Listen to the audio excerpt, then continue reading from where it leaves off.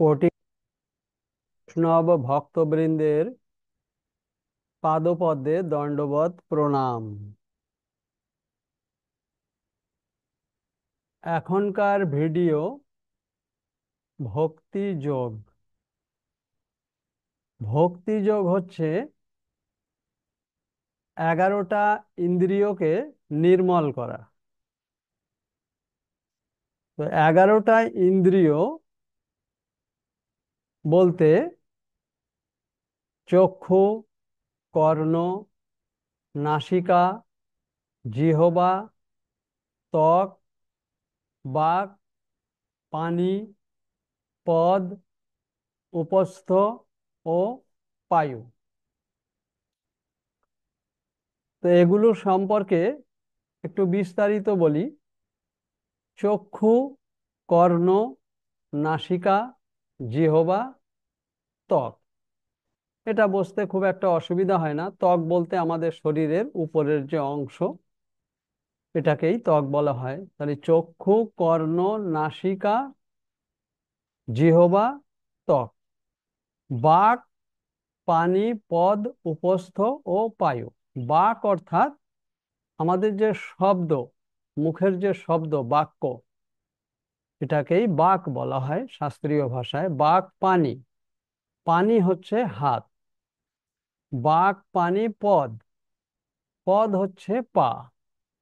বাক পানি পদ উপস্থ, উপস্থ হচ্ছে আমাদের যৌন ইন্দ্রিয়। বাক পানি পদ উপস্থ ও পায়ু অর্থাৎ মলদ্বার। তা এই যে ইন্দ্রিয়গুলি, 11টা ইন্দ্রিয়, এই ইন্দ্রিয়গুলি আমাদের এই ভব সংসারে আমাদের মায়াবদ্ধ জীবের যে ইন্দ্রিয়গুলি পাপ কাজে লিপ্ত থেকে সেগুলি প্রতিনিয়ত কলুষিত হতে থাকে। প্রতিনিয়ত সেগুলি কলুষিত হতে থাকে।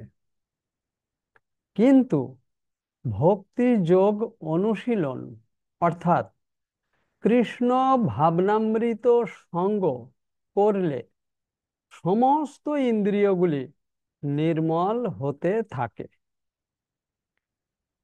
অবশেষে পূর্ণরূপে নির্মল হয়। এই 11টা ইন্দ্রিয় কখন আমার পূর্ণরূপে নির্মল হবে?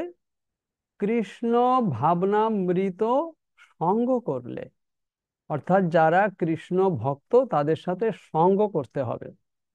তাহলে কি হবে? অবশেষে পূর্ণরূপে আমার ইন্দ্রিয়গুলি নির্মল হবে। তখন ইন্দ্রিয়গুলি সরাসরিভাবে পরমেশ্বর ভগবানের সংস্পর্শে আসে।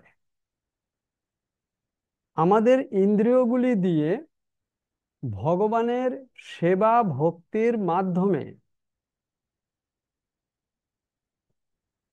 প্রেম ভক্তির স্তর লাভ করা যায়।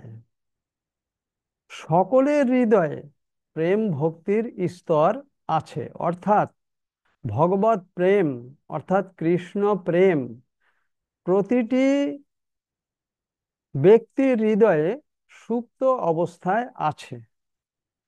কিন্তু জড় জাগতিক সংঘের প্রভাবে তা কলুষিত হয়। সেই সঙ্গের প্রভাব যে কলুষিত হয়ে যাচ্ছে প্রতিনিয়ত আমাদের ইন্দ্রিয়গুলি, এগুলি থেকে জড়জাগতির সঙ্ঘের প্রভাব থেকে আমাদের হৃদয়কে নির্মল করতে হবে। নির্মল করার পন্থা পূর্বেই বলা হলো যে আমাদের ইন্দ্রিয়গুলি ভগবানের সেবা করার মাধ্যমে প্রেম ভক্তির স্তর লাভ করা যায়।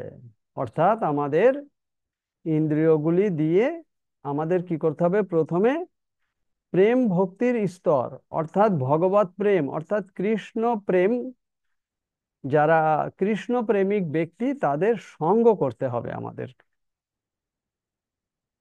কৃষ্ণ ভাবনামৃত সঙ্গ করলে সমস্ত ইন্দ্রিয়গুলি নির্মল হতে থাকে।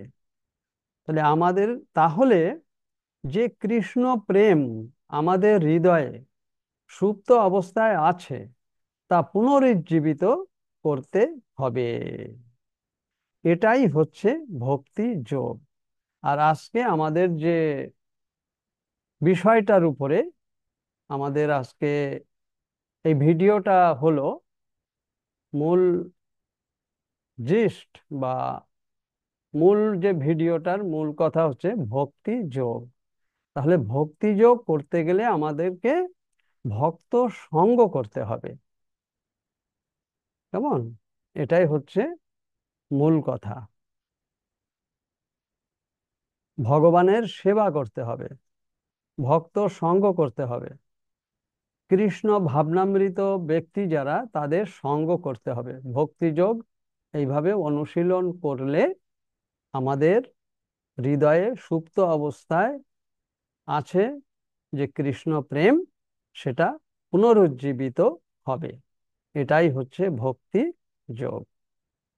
আজ এই পর্যন্ত। হরে কৃষ্ণ।